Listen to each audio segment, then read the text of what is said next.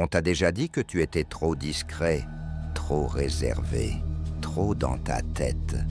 On t'a déjà demandé pourquoi tu ne parlais pas plus, pourquoi tu restais en retrait, pourquoi tu n'ouvrais pas ta bouche quand tout le monde donnait son avis. Et à un moment, tu as commencé à croire que c'était un défaut, que quelque chose clochait chez toi, que les gens qui parlent fort avaient raison et que ton silence te rendait invisible. Je vais te dire quelque chose que personne ne t'a dit. Ton silence n'est pas une faiblesse. C'est probablement la chose la plus puissante que tu possèdes. Et les gens qui comptent vraiment le savent. Bienvenue sur Citadelle Intérieure. Si tu n'étais pas là pour la première vidéo, ici on parle de force mentale, de stoïcisme appliqué à la vraie vie, pas à un cours de philosophie, à ta vie, à tes matins difficiles, à tes silences que personne ne comprend, à cette solidité que tu construis tout seul, parfois dans le noir. Abonne-toi, si ce n'est pas encore fait. Ce qu'on construit ici, c'est pour ceux qui avancent en silence. Il y a un truc que j'ai compris sur le tard. Les gens qui parlent le plus sont rarement ceux qui pensent le plus. Regarde autour de toi, au bureau, en famille, dans n'importe quel groupe. Celui qui parle sans arrêt, qui a un avis sur tout, qui comble chaque seconde de silence, cette personne-là, elle ne communique pas. Elle comble un vide. Et puis il y a l'autre, celui qui écoute, celui qui observe, qui ne prend la parole que quand il a quelque chose qui vaut la peine d'être dit. Et quand il parle, tout le monde se tait. Tu sais pourquoi? Parce que le silence construit une chose que le bruit ne pourra jamais construire, la crédibilité. Marc Aurèle était l'homme le plus puissant de son époque. Empereur de Rome, il commandait des légions, gouvernait un empire qui s'étendait de l'Écosse à l'Irak. Et pourtant, cet homme ne faisait pas de discours enflammés. Il n'écrasait pas les autres par sa voix. Le soir, seul dans sa tente pendant les guerres, il écrivait, pour lui-même, des notes dans un carnet que personne ne devait lire, des réflexions sur le contrôle de soi, sur la patience, sur la colère qu'il refusait de laisser gagner. Ce carnet, c'est ce qu'on appelle les pensées. Ça fait 2000 ans qu'on les lit. 2000 ans qu'un homme silencieux parle plus fort que tous les autres. Dis-moi en commentaire, est-ce que toi aussi, on t'a déjà fait sentir que ton silence était un problème, que tu étais trop calme ou bizarre de ne pas parler? Raconte. Tu verras que tu n'es pas le seul. Il y a 3 choses que seul le silence peut construire. Et aucune méthode, aucun coach, aucun podcast ne peut te les donner. Il faut les bâtir toi-même, dans le calme. La première, c'est la lucidité. Quand tu ne parles pas, tu observes. Tu vois des choses que les autres ne voient pas. Tu remarques qui ment. Tu remarques qui surjoue.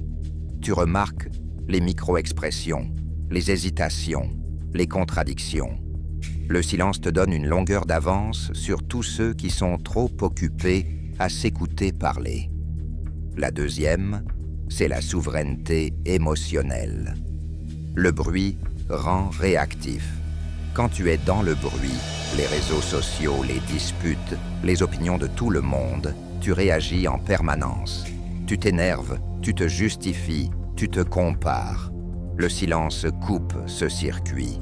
Il te ramène à toi, à ce que toi tu penses vraiment, pas à ce que les autres veulent que tu penses.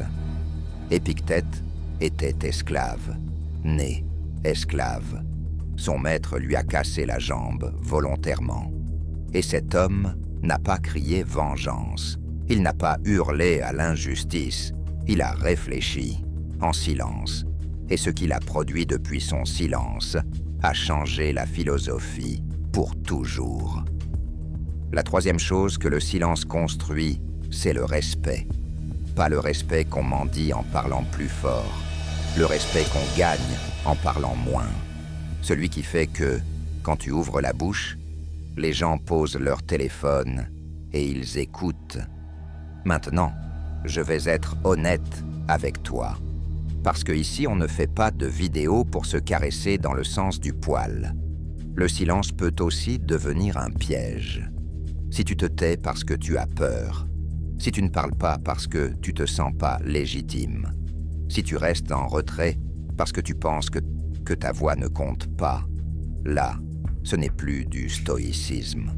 C'est de la peur, déguisée en sagesse. Et il faut apprendre à faire la différence. Le vrai silence stoïcien, celui de Marc Aurèle, celui d'Épictète, ce n'est pas un silence de fuite. C'est un silence de choix. Tu pourrais parler, tu aurais les mots, tu aurais le droit. Mais tu choisis de ne pas le faire, parce que tu sais que le moment n'est pas le bon, que les mots ne sont pas les bons, ou que la personne en face ne mérite pas ton énergie. Sénèque l'a résumé mieux que quiconque. Il disait qu'il faut peser chaque mot avant de le prononcer, non pas par timidité, mais par respect pour la valeur de ce qu'on dit.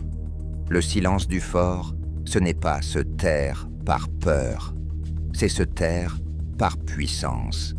Si tu reconnais que parfois, tu te tais par peur et pas par choix, c'est normal, c'est humain. Le premier pas, c'est de le voir clairement. Et à partir de là, tu peux commencer à transformer ce silence subi en silence choisi, jour après jour, brique par brique. Et toi, ton silence, c'est un choix ou une habitude que tu n'as jamais questionnée. Dis-le en commentaire, pas pour moi, pour toi. Écrire les choses, c'est le début de la clarté. Je vais te laisser avec quelque chose. Si tu es quelqu'un de silencieux, si on t'a fait croire toute ta vie que c'était un handicap, je veux que tu comprennes ceci. Le monde est rempli de bruit, des gens qui crient pour exister, des gens qui postent pour être vus, des gens qui parlent pour ne rien dire. Et dans tout ce vacarme, toi, tu es là, calme, solide, debout. Ce n'est pas rien, c'est même tout. Les gens que tu admires le plus, je veux dire, vraiment admirer, pas les stars de télé-réalité ou les gens qui font du buzz. Les gens que tu respectes profondément, pense à eux maintenant. Ton grand-père, un professeur, un ami, quelqu'un qui t'a marqué. Je suis prêt à parier que cette personne n'était pas la plus bruyante de la pièce.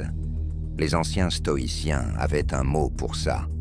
Ils appelaient ça l'hégémonikon, le centre de commandement intérieur, le lieu en toi d'où partent tes vrais choix, tes vraies convictions, ta vraie force. Ce lieu ne se trouve jamais dans le bruit, il se trouve toujours dans le silence. Et toi, tu y as déjà accès, tu ne le sais peut-être pas encore, mais c'est là.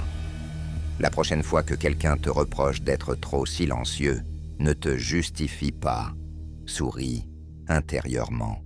Et rappelle-toi que tu fais partie des rares personnes qui n'ont pas besoin du bruit pour exister.